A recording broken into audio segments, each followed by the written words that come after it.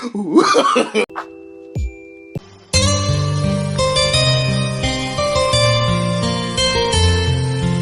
आई जारुपुरा बाजार चटकाई तौने से लेबापू नुमिनी जारुपुरा बाजार चटकाई तौरे इरो मेंजिलना थरोई की चैलेंज तौरना है थरोईद चटकाई तौनी खंदे फंग फंगदी लाइब की मखा पोखरे लेरमगदी ma'am लेरनी Atop हारपने Elisa थोंबग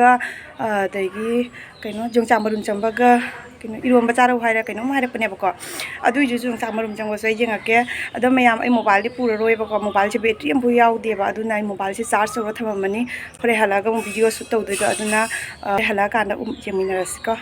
A few moments later. Ma'am बाजार हले मेथी मना लेरइसे मैम असीदी पुहलके काय लेगे सुमो तगोम अमत तो चीनी मथुंद थममन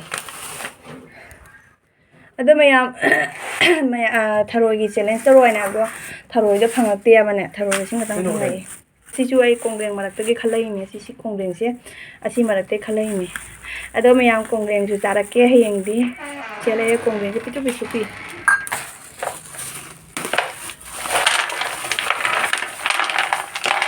लेरइने मैम खनजें कोंग्रेंग लेखलाबनी केजी अनी ने बाजी केजी अनी रुपा जांखैदा तौना लेरइबा दगी थरोई पुनाई जलोना नहीं थरोई सु लेरइबने थरोई सिना मो कोंग्रेंग मरक्ता जानाबदो अदुगी तोंगाना खल्लगने केजी लुपा निफुगी जोरदने केजी मखाय ह पुरैबा केजी मखाइदेबुदी खितंग हेली असिगिसे अदुम हयेंग चाजरके ngasiबुदी चारोइबा ngasi dinje matingdoni हयेंग तौना हयेंग चारके मैम चैलेंज तौर है अदुम तौजरगे आई थरोई चादमनेबा अदुरगसु चैलेंज मैम की खल्लगा अदुम चाजरगे थरोईसे अखोई आगा हेरोनी चंगई जेंग चाखरेने खुने नोगी थममदो चाउने असी जेंगो मैम रेबिट की नाब अदगी मेथी मनासिना अदुम चानिंगेब अमुफो अहिंग सुमाइना चाजदे ngasiदी चागे इरोलगा अदगी थंब यादे मोइना मखाजिगा कुछ चले अदगी योंचाक याम होंगना लेरे ngasiना याम थीना होंगे थबीसु लेरे थबी लेरे नंग उरबा नबा थबी मैम थबी से लुपा जांखैगिनी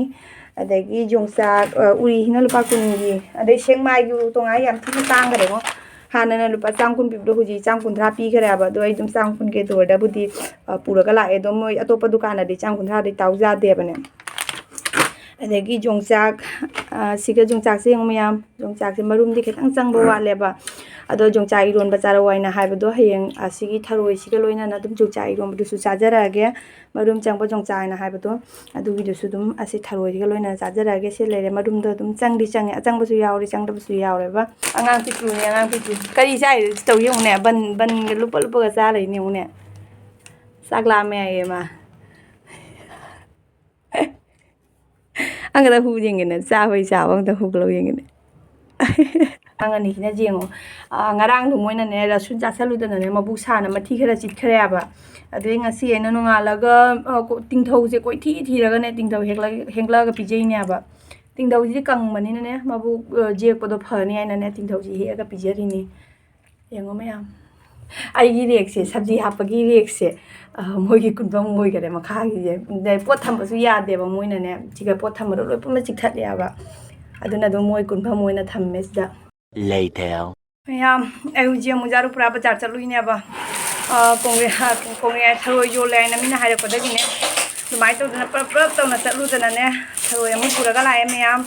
अदो थरोई की चैलेंज तौर हाइदो हयेंग सोइदंगी तौजरागे द मैम कोंग्रेंग दुदि मा ngasi तौथोखरानी मैम द दुम शेयर तौरके ngasi अखोजी कोंग्रेंग औबदो अदुइदुसु मैम द शेयर तौरके नुबा थरोई हाइदोरा नुबा अदो मैम थरोई से उहलके लेरे जी लेरे पथरोइदो जीदा कइनो पी लुपाने लुपा हुंबुत्रा आइना हाइबा हमरा दो लुपा हुंबुत्रा हाइबदो इने ने हुंबु मंगा तौदनने केजी अनि पुरगा लाइबा अदो यंग हलके ngसागी दो थरोइ लेगिना अदो ngसागी थरोइदुना सिगा लेरे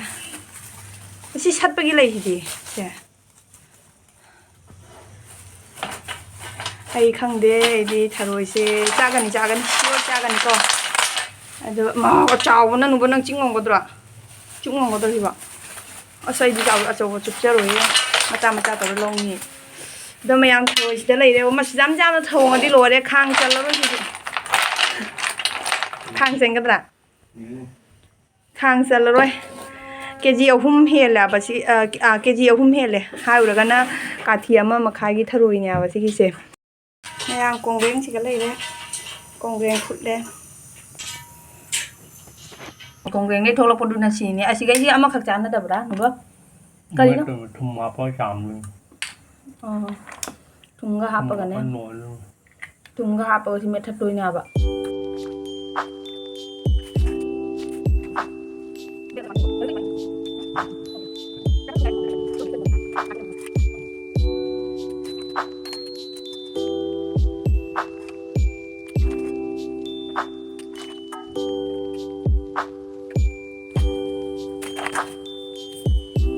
ꯁꯤꯒꯤ ꯊꯨꯝꯁꯦ ꯀꯩꯅꯣ ꯑꯍꯣꯡꯕ ꯊꯨꯝꯅꯦꯕ ꯀꯩ ꯊꯨꯝ ꯂꯨꯄꯥ 10ꯔ 15ꯔ ꯇꯥꯏꯌꯦꯕꯅꯦ ꯑꯁꯤꯒꯤꯁꯤꯅ ꯑꯩꯅ ꯑꯃꯨꯛ ꯑꯃ ꯀꯦꯛ ꯍꯧꯕ ꯃꯇꯝꯗ ꯂꯩꯈꯤꯕ ꯊꯨꯝꯅꯦꯕ ꯑꯗꯣ ꯑꯩꯈꯣꯏ ꯆꯥꯟꯅꯗꯦ ꯁꯤꯖꯤꯟꯅꯗꯦꯕ ꯉꯁꯤ ꯀꯣꯡꯒ꯭ꯔꯦꯡꯁꯦ ꯃꯦꯠꯄ ꯃꯇꯝꯗ ꯑꯁꯤꯒꯤꯁꯦ ꯍꯥꯞꯄꯒ ꯃꯦꯠꯂꯅꯤ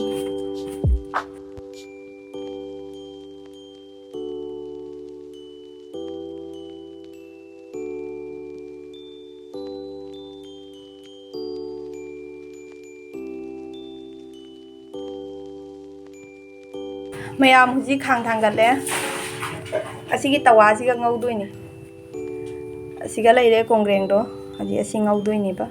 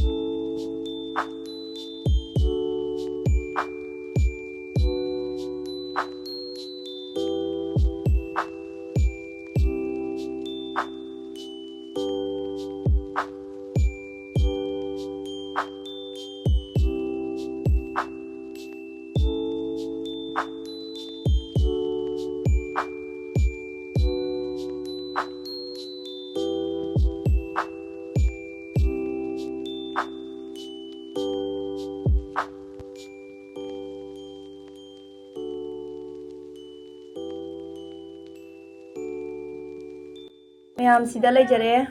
ꯁꯣꯏꯕꯨꯝ ꯏꯔꯣꯝꯕꯗ ꯌꯣꯡꯆꯥꯛ ꯍꯥꯞꯄꯒ ꯁꯣꯏꯕꯨꯝ ꯏꯔꯣꯝꯕꯗ ꯁꯤꯗ ꯂꯩꯖꯔꯦ ꯑꯩꯉꯣꯟꯗ ꯀꯥꯞꯍꯟꯂꯦ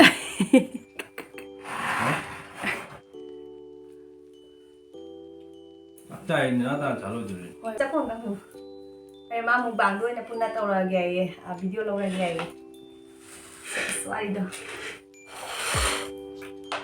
ꯃꯌꯥꯝ ꯃꯦꯊꯤ ꯃꯅꯥ ꯑꯍꯤꯡꯕꯁꯦ ꯉꯁꯤ ꯑꯍꯥꯟꯕ ꯆꯥꯖꯗꯣꯏꯅꯦꯕ ꯈꯥꯒꯗ꯭ꯔꯥ ꯈꯪꯗꯦꯕꯣ ꯑꯗꯣ ꯃꯌꯥꯝ ꯑꯩꯈꯣꯏ ꯍꯧꯖꯤꯛ ꯆꯥꯕ ꯍꯧꯖꯔꯒꯦ ꯌꯥꯔꯦ ꯊꯣꯛꯈ꯭ꯔꯣ ꯀꯥꯏꯅ ꯀꯌꯥꯝ ꯑꯣꯏꯗꯣꯏꯅꯣꯅꯦ ꯑꯣꯛꯄ ꯉꯝꯕꯤꯗꯦꯕ ꯑꯩꯉꯣꯟꯗ ꯍꯥꯏꯇꯩꯅ ꯃꯌꯥꯝ ꯀꯣꯡꯒ꯭ꯔꯦꯡꯁꯦ ꯑꯩꯒꯤ ꯄꯨꯟꯁꯤꯒꯤ ꯑꯍꯥꯟꯕ ꯆꯥꯖꯗꯣꯏꯅꯤ ꯁꯤꯗ ꯂꯩꯔꯦ ꯃꯌꯥꯝ ꯀꯣꯡꯒ꯭ꯔꯦꯡ ꯑꯩꯒꯤ ꯄꯨꯟꯁꯤꯒꯤ ꯑꯍꯥꯟꯕ ꯆꯥꯖꯗꯣꯏꯅꯤ ꯀꯣꯡꯒ꯭ꯔꯦꯡ ꯍꯥꯟꯅ ꯆꯥꯔꯒꯦ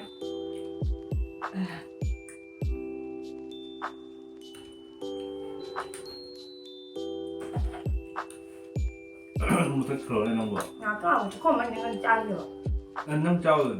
이만 레토르나. ꯈꯨꯍꯥꯎ ꯑꯃ ꯊꯔꯣꯏꯗꯤ ꯍꯦꯟꯅ ꯍꯥꯎꯋꯤꯅꯦ ꯀꯣꯡꯒ꯭ꯔꯦꯡꯁꯦ ꯈꯨꯍꯥꯎ ꯑꯃ ꯆꯤꯛꯀꯦꯟꯗꯒꯤ ꯍꯦꯟꯅ ꯍꯥꯎꯔꯤꯕꯣ ꯑꯗꯣ ꯃꯌꯥꯝ ꯃꯥꯁꯨ ꯁꯨꯏꯕ ꯆꯥꯛꯄꯤꯌꯣꯅꯦ ꯑꯩꯒꯅꯦ ꯃꯨꯛꯕꯥꯡ ꯆꯥꯕꯗ ꯀꯅꯥꯅ ꯕꯦꯁ ꯑꯣꯏꯅꯤ ꯍꯥꯏꯗꯣ ꯌꯥꯝ ꯇꯥꯛꯄꯤꯌꯨ ꯑꯩ ꯆꯥꯖꯔꯒꯦ ꯌꯣꯡꯆꯥꯛ ꯍꯥꯞꯄꯒ ꯌꯥꯔꯦ ꯃꯌꯥꯝ ꯍꯧꯖꯤꯛ ꯂꯣꯏꯁꯤꯜꯂꯒꯦ ꯃꯥꯏ ꯊꯣꯛ ꯀꯦꯃꯦꯔꯥ ꯃꯥꯏ ꯊꯣꯛꯑꯒ ꯂꯦꯕꯨꯁꯨ ꯄꯨꯊꯣꯔꯛꯑꯒꯦ ꯑꯩ ꯆꯥꯒꯦꯕ ꯁꯣꯏꯕꯨꯝ ꯏꯔꯣꯝꯕꯅꯦ ꯑꯩ ꯃꯌꯥꯝ ꯃꯥꯡꯗ ꯆꯥꯅꯤꯡꯉꯤ ꯍꯨꯝꯒꯅꯦꯕ ꯐꯨꯜꯂꯣ ꯇꯝ ꯆꯥꯒꯦ ꯊꯕꯤꯁꯤ ꯁꯤꯗ ꯂꯩꯔꯦ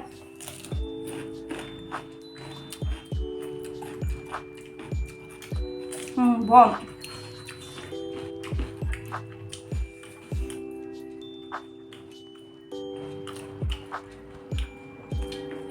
ꯃꯦꯊꯤ ꯃꯅꯥꯁꯦ ꯑꯩꯗꯤ ꯈꯥꯒꯗ꯭ꯔꯥ ꯈꯟꯕ ꯈꯥꯗꯦꯅꯦ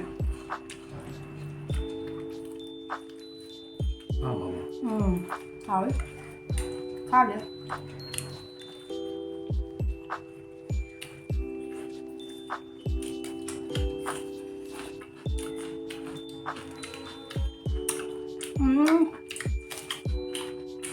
레브 고마워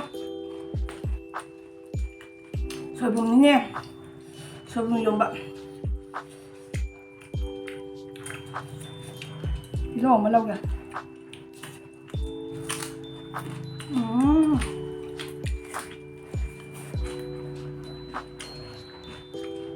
còn rau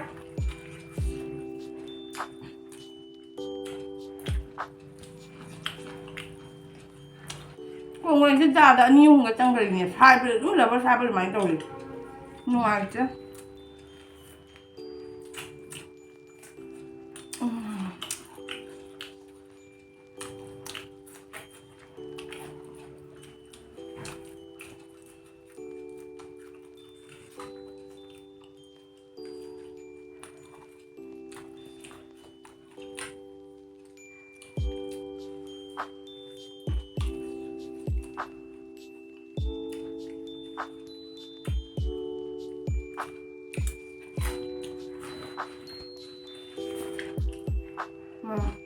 hảo lắm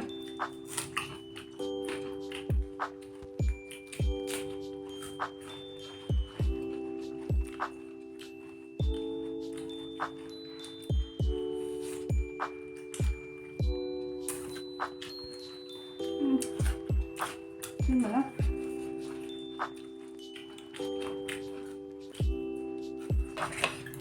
Nói thế. Trả đầu đi. giảm đôi chặt rồi